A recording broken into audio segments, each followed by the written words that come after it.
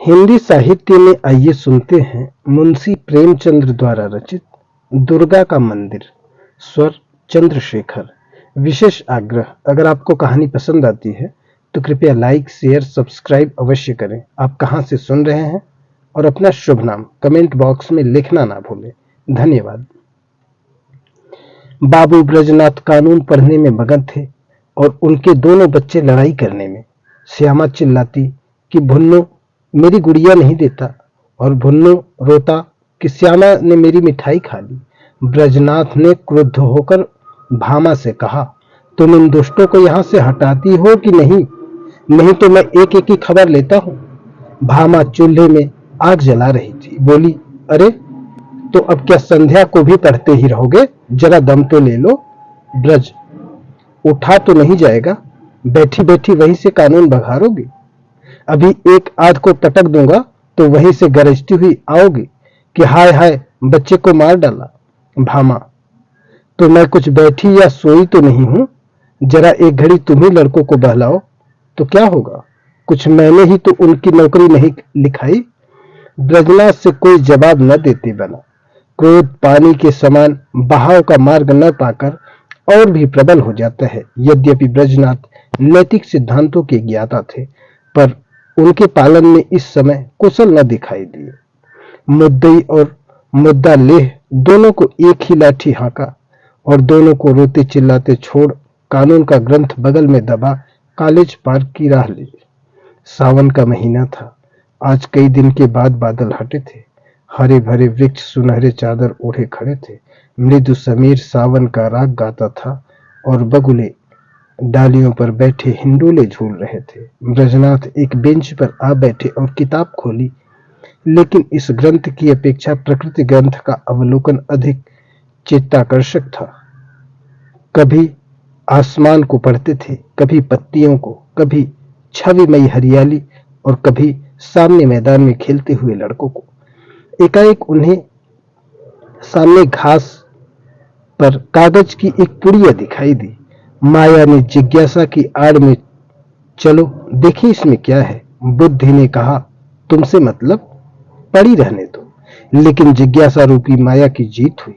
ब्रजनाथ ने उठकर पुड़िया उठा ली। कदाचित किसी से के पैसे पुड़िया में लिपटे गिर पड़े। खोल कर देखा, सावरेन थे। गिना, पूरे 8 निकले। कुतूहल के सीमा न रही। ब्रजनाथ की छाती धड़कने लगी। 8 सावरेन हाथ में लिए सोचने लगे, इन्हें क्या करूं? अगर यहीं रख दूं तो न जाने किसकी नजर पड़े, न मालूम कौन उठा ले जाए। नहीं, यहां रखना उचित नहीं। चलूं थाने में इत्तला कर दूं और ये सावरेन थानेदार को सौंप दूं। जिसको होंगे वो आप ले जाता है, या अगर उसको न मिले तो मुझ पर कोई दोष तो न रहेगा।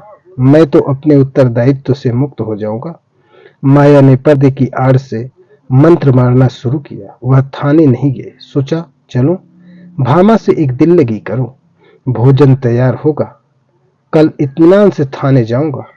भामा ने सावरेन देखे तो हृदय में एक गुदगुदी सी हुई। पूछा, किसकी है? ब्रज, मेरी। भामा, चलो कहीं के। ब्रज, पड़ी मिली है। भामा, झूठ बात।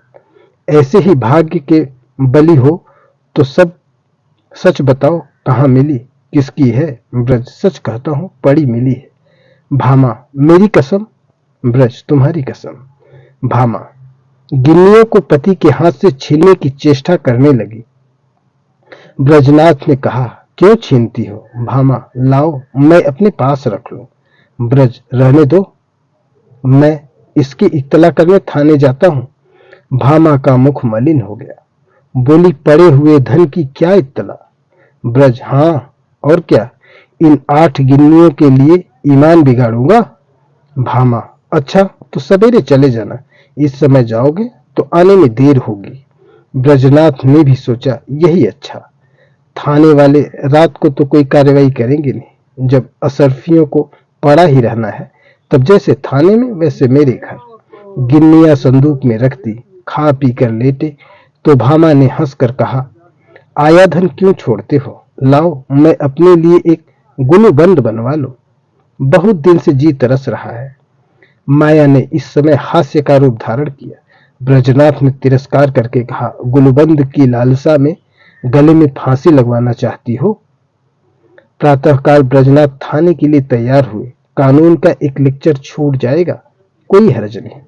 वह इलाहाबाद के हाई कोर्ट में अनुवादक थे। नौकरी में उन्नति की आशा न देखकर साल भर से वकालत की तैयारी में मगन थे, लेकिन अभी कपड़े पहन ही रहे थे कि उनके एक मित्र मुंशी गोरेलाल आकर बैठ गए और अपनी पारिवारिक दुश्चिंताओं की राम कहानी सुनाकर अत्यंत विनीत भाव से बोले, भाई साहब, इस समय मैं इन झंझटों में ऐसा फंसा हूं कि बुद्धि कुछ काम नहीं करती। तुम बड़े आदमी हो, इस समय कुछ सहायता करो। ज्यादा नहीं तो 30 रुपए दे दो, किसी न किसी तरह काम चला लूंगा। आज 30 तारीख है, कल शाम को तुम्हें रुपए मिल जाएंगे। ब्रजनाथ बड़े आदमी तो न थे, किंतु बड़प्पन की हवा बांध रखी थी। यह मिथ्याभिमान उनके स्वभाव की एक दुर्बलता थी। केवल अपने वैभव का प्रभाव डालने के लिए ही वह बहुधा मित्रों की छोटी मोटी आवश्यकताओं पर अपनी वास्तविक आवश्यकताओं को निछावर कर दिया करते थे। लेकिन भामा को इस विषय में उनसे सहानुभूति न थी। इसीलिए जब ब्रजनाथ पर इस प्रकार का संकट आ पड़ता, तब थोड़ी देर के लिए उनकी पारिवारिक शांति अवश्य नष्ट हो जाती थी। इसमें इनकार करने या टालने की हिम्मत न थी। वह सकुचाते हुए भामा के पास गए और बोले, तुम्हारे पास 30 रुपए तो न होंगे? मुंशी गोरेलाल मांग रहे हैं। भामा ने रुखाई से कहा, मेरे पास तो रुपए नहीं। ब्रज, होंगे तो जरूर, बहाना करती हो। भामा, अच्छा बहाना ही सही। ब्रज, तो मैं उनसे क्या कहूं? भामा, कह दो घर में रुपए नहीं है। तुमसे न कहते बने तो मैं पर्दे की आड़ से कह दूं। ब्रजनाथ, कहने को तो मैं कह दूं, लेकिन उन्हें विश्वास न आएगा। समझेंगे बहाना कर रहे हैं। भामा, समझेंगे तो समझा करें। ब्रजनाथ, मुझसे ऐसी बेमुरवती नहीं हो सकती। रात दिन का साथ ठहरा, कैसे इनकार करूं? भामा, अच्छा तो जो मन में आए सो करो। मैं एक बार कह चुकी मेरे पास रुपए नहीं। ब्रजनाथ मन में बहुत खिन्न हुए। उन्हें विश्वास था कि भामा के पास रुपए हैं, लेकिन केवल मुझे लज्जित करने के लिए इनकार कर रही है। दुराग्रह ने संकल्प को दृढ़ कर दिया। संदूक से 2 गिन्नियां निकाली और गोरेलाल को देकर बोले, भाई कल शाम को कचहरी से आते ही रुपए दे जाना। ये एक आदमी की अमानत है, मैं इसी समय देने जा रहा था। यदि कल रुपए न पहुंचे तो मुझे बहुत लज्जित होना पड़ेगा, कहीं मुंह दिखाने योग्य न रहूंगा। गोरेलाल ने मन में कहा, अमानत स्त्री के सिवा और किसकी होगी, और गिन्नियां जेब में रखकर घर की राह ली। आज पहली तारीख की संध्या है। ब्रजनाथ दरवाजे पर बैठे गोरेलाल का इंतजार कर रहे हैं। 5 बज गए, गोरेलाल अभी तक नहीं आए। ब्रजनाथ की आंखें रास्ते की तरफ लगी हुई थी। हाथ में एक पत्र था, लेकिन पढ़ने में जी न लगता था। हर तीसरे मिनट रास्ते की ओर देखने लगते थे, लेकिन सोचते थे आज वेतन मिलने का दिन है, इसी कारण आने में देर हो रही है। आते ही होंगे। 6 बजे, गोरेलाल का पता नहीं। कचहरी के कर्मचारी एक एक करके चले आ रहे थे। ब्रजनाथ को कई बार धोखा हुआ, वह आ रहे हैं, जरूर वही है। वैसी ही अचकन है, वैसी ही टोपी है, चाल भी वही है। हाँ वही है, इसी तरफ आ रहे हैं। अपने हृदय के एक बोझा सा उतरता मालूम हुआ, लेकिन निकट आने पर ज्ञात हुआ कि कोई और है। आशा की कल्प मूर्ति दुराशा में बदल गई। ब्रजनाथ का चित्त खिन्न होने लगा। वह एक बार कुर्सी से उठे, बरामदे की चौखट पर खड़े हो सड़क पर दोनों तरफ निगाहें दौड़ाई, कहीं पता नहीं। 2-3 बार दूर से आते हुए इक्को को देखकर गोरेलाल को भ्रम हुआ। आकांक्षा की प्रबलता। 7 बजे चिराग जल गए। सड़क पर अंधेरा छाने लगा। ब्रजनाथ सड़क पर उद्विग्न भाव से टहलने लगे। इरादा हुआ गोरेलाल के घर चलो। उधर कदम बढ़ाया, लेकिन हृदय कांप रहा था कि कहीं वह रास्ते में आते हुए न मिल जाए। तो समझे कि थोड़े से रुपए के लिए इतने व्याकुल हो गए। थोड़ी ही दूर गए कि किसी को आते देखा। भ्रम हुआ गोरेलाल है। मुड़े और सीधे बरामदे में आकर दम लिया। लेकिन फिर वही धोखा, फिर वही भ्रांति। तब सोचने लगे कि इतनी देर क्यों हो रही है। क्या अभी तक वह कचहरी से न आए होंगे? ऐसा कदापि नहीं हो सकता। उनके दफ्तर वाले मुद्दई हुए निकल गए। बस दो बातें हो सकती हैं, या तो उन्होंने कल आने का निश्चय कर लिया, समझते होंगे रात को कौन जाए, या जानबूझकर बैठे होंगे, देना न चाहते होंगे। उस समय उनको गरज थी, इस समय मुझे गरज है। मैं ही किसी को क्यों न भेज दूं, लेकिन किसे भेजूं? मुन्नू जा सकता है, सड़क ही पर मकान है, पर यह सोचकर कमरे में गए, लैंप जलाया और पत्र लिखने बैठे, मगर आंखें द्वार की ओर लगी हुई थी। अकस्मात किसी की पैरों की आहट सुनाई दी, परंतु पत्र को एक किताब के नीचे दबा लिया और बरामदे में चले आए। देखा पड़ोस का एक कुंजड़ा तार पढ़ाने आया है। उससे बोले, भाई इस समय फुर्सत नहीं, थोड़ी देर में आना। उसने कहा, बाबूजी घर भर में आदमी घबराए हैं, जरा एक निगाह देख लीजिए। निदान ब्रजनाथ ने झुंझलाकर उसके हाथ से तार ले लिया और सरसरी नजर से देखकर बोले, कलकत्ते से आया है, माल नहीं पहुंचा। कुजड़े ने डरते डरते कहा, बाबूजी इतना और देख लीजिए, किसने भेजा है। इस पर ब्रजनाथ ने तार फेंक दिया और बोले, मुझे इस वक्त फुर्सत नहीं है, 8 बज गए हैं। ब्रजनाथ को निराशा होने लगी। मुन्नू इतनी रात बीते नहीं जा सकता। मन में निश्चय किया, आज ही जाना चाहिए। भला से बुरा मानेंगे, इसकी कहां तक चिंता करूं। स्पष्ट कह दूंगा, मेरे रुपए दे दो। भलमनसी भले मानसों से निभाई जा सकती है, ऐसे धूर्तों के साथ भलमनसी का व्यवहार करना मूर्खता है। अचकन पहनी, घर में जाकर भामा से कहा, जरा एक काम से बाहर जाता हूं, किवाड़ बंद कर लो। चलने को तो चले, लेकिन पग पग पर रुकते जाते थे। गोरेलाल का घर दूर से दिखाई दिया, लैंप जल रहा था। ठिठक गए और सोचने लगे, चलकर क्या कहूंगा। कहीं उन्होंने जाते जाते रुपए निकाल कर दे दिए और देर के लिए क्षमा मांगी तो मुझे बड़ी झेप होगी। वह मुझे क्षुद्र ओछा धैर्यहीन समझेंगे। नहीं, रुपयों की बातचीत करो ही क्यों। कहूंगा, भाई घर में बड़ी देर से पेट दर्द कर रहा था, तुम्हारे पास पुराना तेज सिरका तो होगा। मगर नहीं, यह बहाना बहुत भद्दा सा प्रतीत होता है। सांप कलई खुल जाएगी। ओह, इस झंझट की जरूरत ही क्या है। वह मुझे देखकर आप ही समझ जाएंगे, इस विषय में बातचीत की कुछ नौबत ही न आएगी। ब्रजनाथ इसी उधेड़ बुन में आगे बढ़ते चले जाते थे, जैसे नदी में लहरें चाहे किसी ओर चले, धारा अपनी मार्ग नहीं छोड़ती। गोरेलाल का घर आ गया, द्वार बंद था। ब्रजनाथ को उन्हें पुकारने का साहस न हुआ, समझे खाना खा रहे होंगे। दरवाजे के सामने से निकले और धीरे धीरे टहलते हुए 1 मील तक चले गए। 9 बजने की आवाज कान में आई। गोरेलाल भोजन कर चुके होंगे, यह सोचकर लौट पड़े, लेकिन द्वार पर पहुंचे तो अंधेरा था। वह आशा रूपी दीपक बुझ गया था। 1 मिनट तक दुविधा में खड़े रहे, क्या करूं, अभी बहुत सवेरा है, इतनी जल्दी थोड़े ही सो गए होंगे। दबे पांव बरामदे पर चढ़े, द्वार पर कान लगाकर सुना। चारों ओर ताक रहे थे कि कहीं कोई देख न ले। कुछ बातचीत की भनक कान में पड़ी। ध्यान से सुना, स्त्री कह रही थी, रुपए तो सब उठ गए, ब्रजनाथ को कहां से दोगे। गोरेलाल ने उत्तर दिया, ऐसी कौन सी उतावली है, फिर दे देंगे। और दरख्वास्त दे दी है, कल मंजूर हो जाएगी, 3 महीने के बाद लौटेंगे, तब देखा जाएगा। ब्रजनाथ को ऐसा जान पड़ा मानो मुंह पर किसी ने तमाचा मार दिया।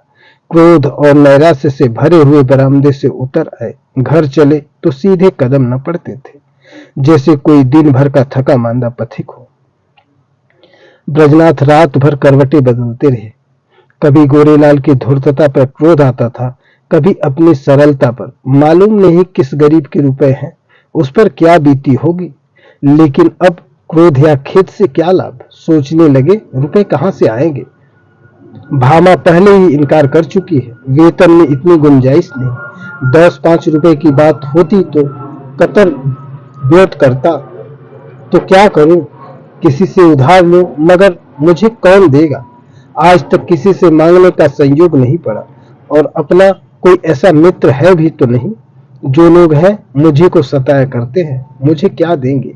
हाँ, यदि कुछ दिन कानून छोड़कर अनुवाद करने में परिश्रम करूं तो रुपए मिल सकते हैं। कम से कम 1 मास का कठिन परिश्रम है। सस्ते अनुवादियों के मारे दर भी तो गिर गई है। हाँ निर्दयी, तूने बड़ी दगा दी। न जाने किस जन्म का बैर चुकाया, कहीं का न रखा। दूसरे दिन से ब्रजनाथ को रुपयों की धुन सवार हुई। सवेरे कानून के लेक्चर में सम्मिलित होते, संध्या को कचहरी से तवजीवों का पुलिंदा घर लाते और आधी रात तक बैठे अनुवाद किया करते। सिर उठाने की भी मोहलत न मिलती। कभी 1-2 भी बज जाते। जब मस्तिष्क बिल्कुल शिथिल हो जाता तब विवश होकर चारपाई पर पड़ रहते। लेकिन इतने परिश्रम का अभ्यास न होने के कारण कभी कभी सिर में दर्द होने लगता, कभी पाचन क्रिया में विघ्न पड़ जाता, कभी ज्वर चढ़ जाता। तिस पर भी वह मशीन की तरह काम में लगे रहते। भामा कभी कभी झुझला कर कहती, अजी लेट भी रहो, बड़े धर्मात्मा बने हो। तुम्हारे जैसे 10-5 आदमी और होते तो संसार का काम ही बंद हो जाता। ब्रजनाथ इस बाधाकारी व्यंग का उत्तर न देते। दिन निकलते ही फिर वही चरखा ले बैठते। यहाँ तक कि 3 सप्ताह बीत गए और 25 रुपए हाथ आ गए। ब्रजनाथ सोचते थे 2-3 दिन में बेड़ा पार है, लेकिन 21वें दिन उन्हें प्रचंड ज्वर चढ़ आया और 3 दिन तक न उतरा। छुट्टी लेनी पड़ी। सैया सेवी बन गए। भादों का महीना था। भामा ने समझा पित्त का प्रकोप है, लेकिन जब 1 सप्ताह तक डॉक्टर की औषधि सेवन करने पर भी ज्वर न उतरा तब घबराई। ब्रजनाथ प्रायः ज्वर में बकझक किया करते थे। भामा सुनकर डर के मारे कमरे से भाग जाती, बच्चों को पकड़कर दूसरे कमरे में बंद कर देती। अब उसे शंका होने लगती थी कि कहीं यह कष्ट उन्हीं रुपयों के कारण तो नहीं भोगना पड़ रहा है। कौन जाने रुपए वाले ने कुछ कर धर दिया हो। जरूर यही बात है, नहीं तो औषधि से लाभ क्यों नहीं होता। संकट पड़ने पर हम धर्म भीरू हो जाते हैं, औषधियों से निराश होकर देवताओं की शरण लेते हैं। भामा ने भी देवताओं की शरण ली। वह जन्माष्टमी, शिवरात्रि और तीज के सिवा कोई व्रत न रखती थी। इस बार उसने नवरात्र का कठिन व्रत शुरू किया। 8 दिन पूरे हो गए। अंतिम दिन आया। प्रभात का समय था। भामा ने ब्रजनाथ को दवा पिलाई और दोनों बालकों को लेकर दुर्गा जी की पूजा करने के लिए चली। उसका हृदय आराध्य देवी के प्रति श्रद्धा से परिपूर्ण था। मंदिर के आंगन में पहुंची। उपासक आसनों पर बैठे हुए दुर्गा पाठ कर रहे थे। धूप और अगरबत्ती की सुगंध उड़ रही थी। उसने मंदिर में प्रवेश किया। सामने दुर्गा की विशाल प्रतिमा शोभामान थी। उसके मुखार बिंदु पर एक विलक्षण दीप्ति झलक रही थी। बड़े बड़े उज्जवल नेत्रों से प्रभा की किरणें छिटक रही थी। पवित्रता का एक समा सा छाया हुआ था। भामा इस दीप्ति वर्ण मूर्ति के सम्मुख सीधी आंखों से ताक न सके। उसके अंतःकरण में एक निर्मल विशुद्ध भावपूर्ण भय का उदय हो आया। उसने आंखें बंद कर ली, घुटनों के बल बैठ गई और हाथ जोड़कर करुण स्वर में बोली, माता मुझ पर दया करो। उसे ऐसा ज्ञात हुआ मानो देवी मुस्कुराई। उसे मन दिव्य नेत्रों से एक ज्योति सी निकलकर अपने हृदय में आती हुई मालूम हुई। उसके कानों में देवी के मुंह से निकले ये शब्द सुनाई दिए, पराया धन लौटा दे, तेरा भला होगा। भामा उठ बैठी। उसकी आंखों में निर्मल भक्ति का आभास झलक रहा था। मुखमंडल से पवित्र प्रेम बरस रहा था। देवी ने कदाचित उसे अपनी प्रभा में के रंग में डुबा दिया था। इतने में दूसरी एक स्त्री आई। उसके उज्जवल केस बिखरे और मुरझाए हुए चेहरे के दोनों ओर लटक रहे थे। शरीर पर केवल एक श्वेत साड़ी थी। हाथ में चूड़ियों के सिवा और कोई आभूषण न था। शोक और नैराश्य की साक्षात मूर्ति मालूम होती थी। उसने भी देवी के सामने सिर झुकाया और दोनों हाथों से आंचल फैलाकर बोली, देवी, जिसने मेरा धन लिया हो उसका सर्वनाश कर। जैसे सितार मिजराफ की चोट खाकर थरथरा उठता है, उसी प्रकार भामा का हृदय अनिष्ट के भय से थरथरा उठा। ये शब्द तीव्र सर के समान उसके कलेजे में चुभ गए। उसने देवी जी की ओर कातर नेत्रों से देखा। उनका ज्योतिर्मय स्वरूप भयंकर था। नेत्रों से भीषण ज्वाला निकल रही थी। भामा के अंतःकरण में सर्वत्र आकाश से मंदिर के सामने वाले वृक्षों से, मंदिर के स्तंभों से, सिंहासन के ऊपर जलते हुए दीपक से और देवी के विकराल मुंह से ये शब्द निकलकर गूंजने लगे, पराया धन लौटा दे, नहीं तो तेरा सर्वनाश हो जाएगा। भामा खड़ी हो गई और उस वृद्धा से बोली, क्यों माता, तुम्हारा धन किसी ने ले लिया है? वृद्धा ने इस प्रकार उसकी ओर देखा मानो डूबते को तिनके का सहारा मिला। बोली, हाँ बेटी। भामा, कितने दिन हुए? वृद्धा, कोई 1.5 महीना। भामा, कितने रुपए थे? वृद्धा, पूरे 120। भामा, कैसे खोए? वृद्धा, क्या जाने कहीं गिर गए। मेरे स्वामी पलटन में नौकर थे, आज कई बरस हुए वह परलोक सिधारे। अब मुझे सरकार से 60 रुपए साल के पेंशन मिलते हैं। अब की 2 साल की पेंशन एक साथ मिली थी। खजाने से रुपए लेकर आ रही थी, मालूम नहीं कब और कहां गिर पड़े। 8 गिन्नियां थी। भामा, अगर वे तुम्हें मिल जाए तो क्या दोगी? वृद्धा, अधिक नहीं, उसमें से 50 रुपए दे दूंगी। भामा, रुपए क्यों, क्या होंगे, कोई उससे अच्छी चीज दो। वृद्धा, बेटी और क्या दूं, जब तक जीऊंगी तुम्हारा यश गाऊंगी। भामा, नहीं, इसकी मुझे आवश्यकता नहीं। वृद्धा, बेटी इसके सिवा मेरे पास क्या है? भामा, मुझे आशीर्वाद दो, मेरे पति बीमार हैं, वह अच्छे हो जाए। वृद्धा, क्या उन्हीं को रुपए मिले हैं? भामा, हाँ, वह उसी दिन से तुम्हें खोज रहे हैं। वृद्धा घुटनों के बैल बैठ गई और आंचल फैलाकर कल्पित स्वर में बोली, देवी इनका कल्याण करो। भामा ने फिर देवी की ओर सशंक दृष्टि से देखा। उनके दिव्य रूप पर प्रेम का प्रकाश था, आंखों में दया की आनंददायिनी झलक थी। उस समय भामा के अंतःकरण में कहीं स्वर्गलोक से यह ध्वनि सुनाई दी, जा, तेरा कल्याण होगा। संध्या का समय है।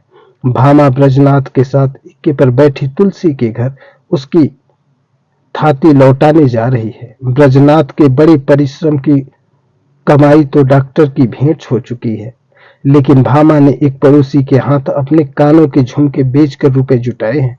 जिस समय झुमके बनकर आए थे, भामा बहुत प्रसन्न थी।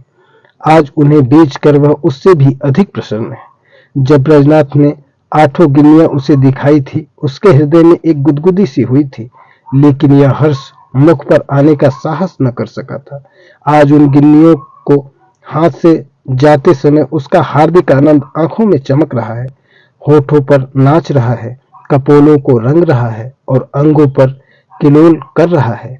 वह इंद्रियों का आनंद था, यह आत्मा का आनंद है। वह आनंद लज्जा के भीतर छिपा हुआ था, यह आनंद गर्व से बाहर निकला पड़ता है। तुलसी का आशीर्वाद सफल हुआ। आज पूरे 3 सप्ताह के बाद ब्रजनाथ तकिए के सहारे बैठे थे। वह बार बार भामा को प्रेम पूर्वक नेत्रों से देखते थे। वह आज उन्हें देवी मालूम होती थी। अब तक उन्होंने उसके बाह्य सौंदर्य की शोभा देखी थी, आज वह उसका आत्मिक सौंदर्य देख रहे हैं। तुलसी का घर एक गली में था। इक्का सड़क पर जाकर ठहर गया। ब्रजनाथ इक्के पर से उतरे और अपनी छड़ी टेकते हुए भामा के हाथों के सहारे तुलसी के घर पहुंचे। तुलसी ने रुपए लिए और दोनों हाथ फैलाकर आशीर्वाद दिया, दुर्गा जी तुम्हारा कल्याण करे। तुलसी का वर्णहीन मुख वैसे ही खिल गया जैसे वर्षा के पीछे वृक्षों की पत्तियां खिल जाती हैं। सिमटा हुआ अंग फैल गया, गालों की झुर्रियां मिटती दिख पड़ी। ऐसा मालूम होता था मानो उसका कायाकल्प हो गया। वहां से आकर ब्रजनाथ अपने द्वार पर बैठे हुए थे कि गोरेलाल आकर बैठ गए। ब्रजनाथ ने मुंह फेर लिया। गोरेलाल बोले, भाई साहब कैसी तबीयत है? ब्रजनाथ, बहुत अच्छी तरह है। गोरेलाल, मुझे क्षमा कीजिएगा, मुझे इसका बहुत खेद है कि आपके रुपए देने में इतना विलंब हुआ। पहली तारीख ही को घर से एक आवश्यक पत्र आ गया और मैं किसी तरह 3 महीने की छुट्टी लेकर घर भागा। वहां की विपत्ति कथा कहूं तो समाप्त न हो, लेकिन आपकी बीमारी का शोक समाचार सुनकर आज भागा चला आ रहा हूं। ये लीजिए, रुपए हाजिर है। इस विलंब के लिए अत्यंत लज्जित हूं। ब्रजनाथ का क्रोध शांत हो गया। विनय में कितनी शक्ति है। बोले, जी हाँ, बीमार तो था लेकिन अब अच्छा हो गया हूं। आपको मेरे कारण व्यर्थ कष्ट उठाना पड़ा। यदि इस समय आपको असुविधा हो तो रुपए फिर दे दीजिएगा। मैं अब उरीड़ हो गया हूं। कोई जल्दी नहीं है। गोरेलाल विदा हो गए तो ब्रजनाथ रुपए लिए हुए भीतर आए और भामा से बोले, ये लो अपने रुपए। गोरेलाल दे गए। भामा ने कहा, ये मेरे रुपए नहीं, तुलसी के हैं। एक बार पराया धन लेकर सीख गई ब्रज, लेकिन तुलसी के तो रुपए पूरे दे दिए गए हैं। भामा, दे दिए तो क्या हुआ, ये उसके आशीर्वाद की न्यौछावर है। ब्रज, कान के झुमके कहां से आएंगे। भामा, झुमके न रहेंगे न सही, सदा के लिए कान तो हो जाएंगे। धन्यवाद।